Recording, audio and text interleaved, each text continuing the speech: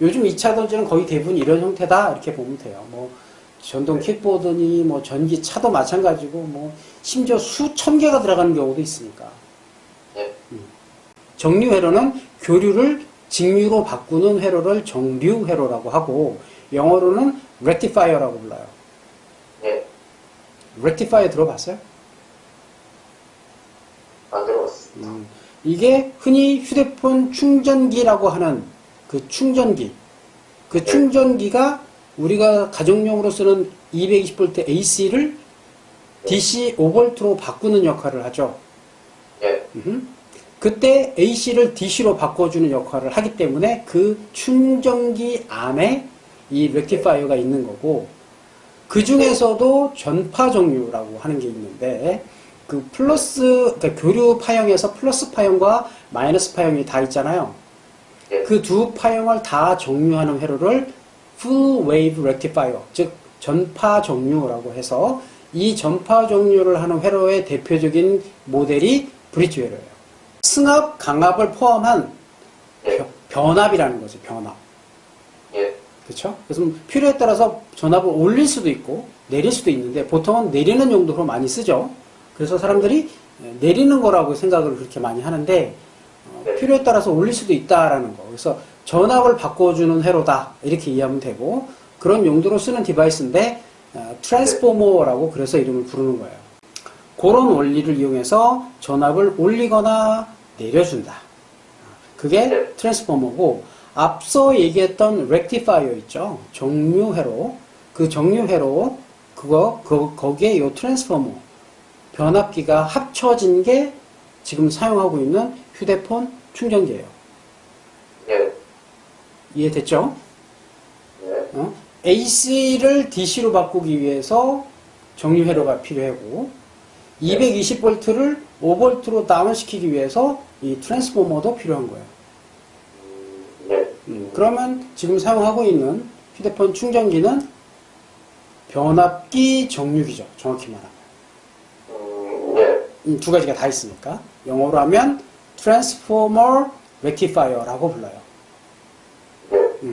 그럼 그걸 줄여서 TR이라고 쓰고, 과학관에 가면 국립과학관 과천에 있는 거 가봤어요?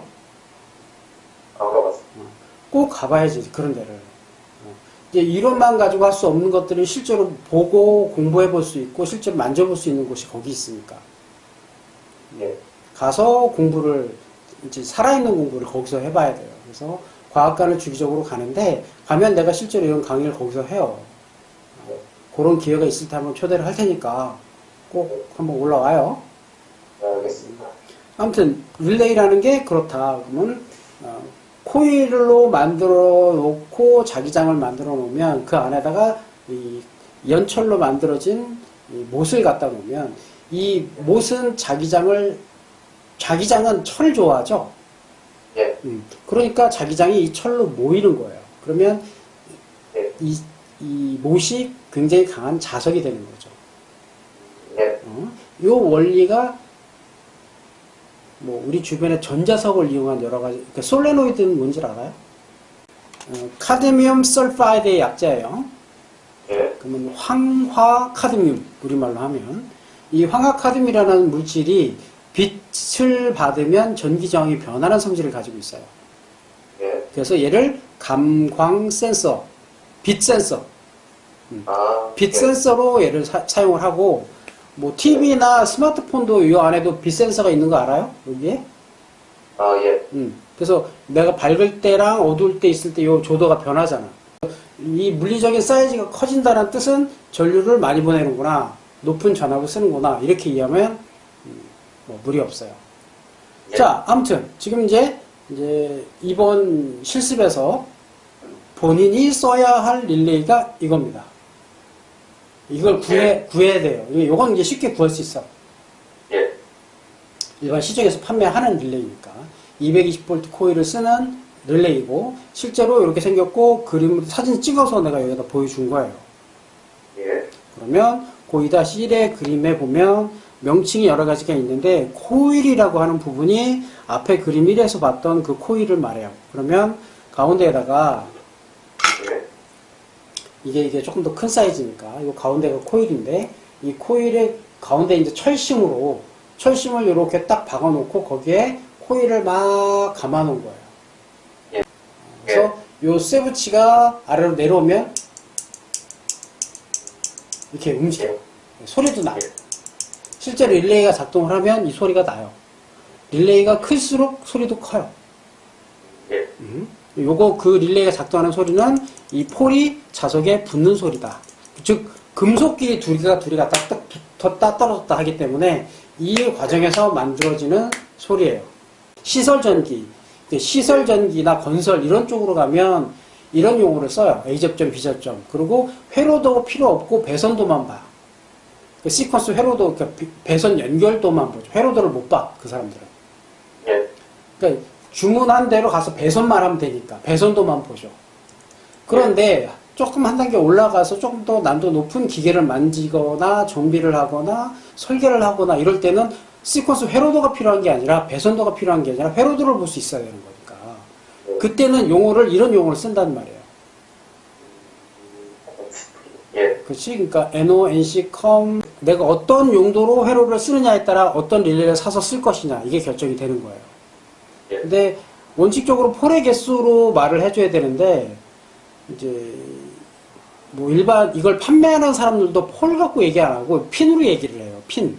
이 뒤에 있는 핀수로 얘기를 한다고.